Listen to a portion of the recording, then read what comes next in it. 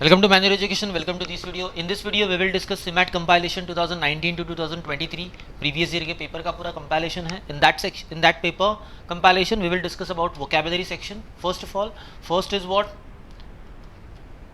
It is asking about lasting for very short time. What is that? Ephemeral. Basically, जो बहुत short time के लिए रहता है, उसे हम क्या कहते हैं? Ephemeral.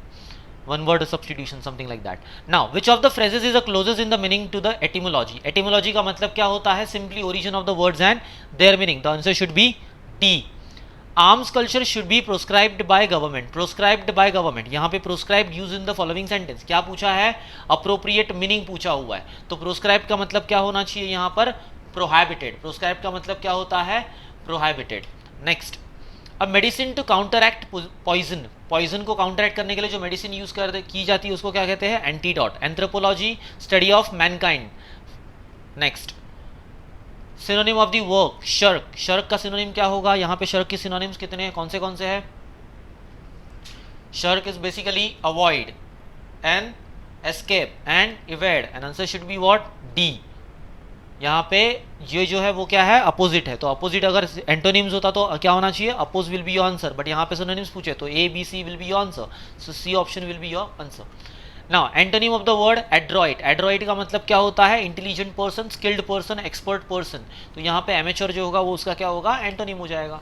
Next, modus operandi. Modus operandi का मतलब होता है जो करने का तरीका होता है, एक तरीका होता है. तो तरीके को हम लोग क्या बोलते हैं? Manner of doing things. Then intrepid. Intrepid का मतलब क्या है?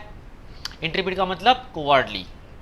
Next, the lease of our promises has run out. Underline idiom in the following sentence. Run out का जो इडियम का जो मतलब है उसका मीनिंग क्या होगा? रन आउट का मतलब expired.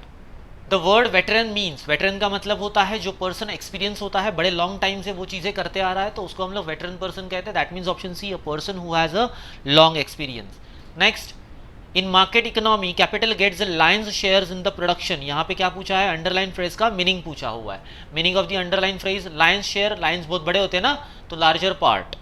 Then synonym of confess. Confess करना मतलब क्या? एडमिट करना, अंडरस्टैंड करना, डिसाइड करना. आंसर क्या होगा? एग्री करना नहीं होता, अंडरस्टैंड करना भी नहीं होता, डिसाइड करना भी नहीं होता. Admit will be your right answer. Now next is, ये अंडरलाइन जो फ्रेज दिया हुआ है उसका मीनिंग फाइंड आउट करना है. Underline phrase in the following sentence, meaning पूछा हुआ है. नाउ देखो, अ गोल्डन मीन. गोल्डन मीन का मतलब होता है एक ऐसा मिड पाथ जो एक्सट्रीम सिचुएशंस में आपको चाहिए होता है, आप फाइंड आउट करना चाहते हो that solution. So it is called as middle path, not golden path, not the meanness and the opulent way of life. No. Next, a loud harsh and piercing crime. क्या पूछा है? Alternative that is the best substitute of the phrase. इस phrase का जो best substitute होगा वो क्या होगा? नॉर्मली इसका मतलब होता है स्क्रीच, स्क्रीम, नॉइज वगैरह, ये सब रॉन्ग है. Next, now choose an appropriate synonym for a given word. Wreak. Wreak के लिए सिनोनिम क्या होगा यहाँ पर? That is to inflict. Next, now the Rajni is the voracious reader. The meaning of the underline word voracious reader. अब voracious का मतलब क्या होता है? रेवरेशियस मतलब जो बहुत ज्यादा, बहुत मतलब पैशनेटली रीड करता है, वोरेशियस रीडर, तो that is ravenous.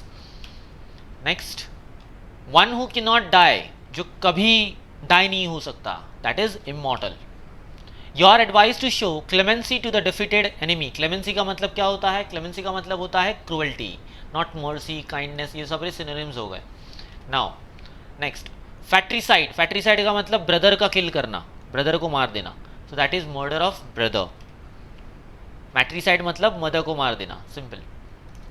What does underlined word means? That is utopian idea. Utopian idea का मतलब क्या होगा? Simply utopian idea मतलब it's an imaginary idea, not classic, not big, not unworthy.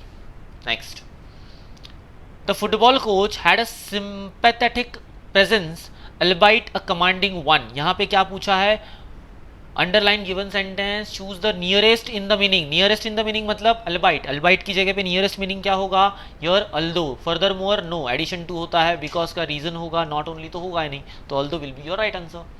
Then new metro rail project was commissioned yesterday at the Hyderabad by state railway minister. What is the opposite of the underline word? Commissioned. Commissioned का opposite क्या होगा?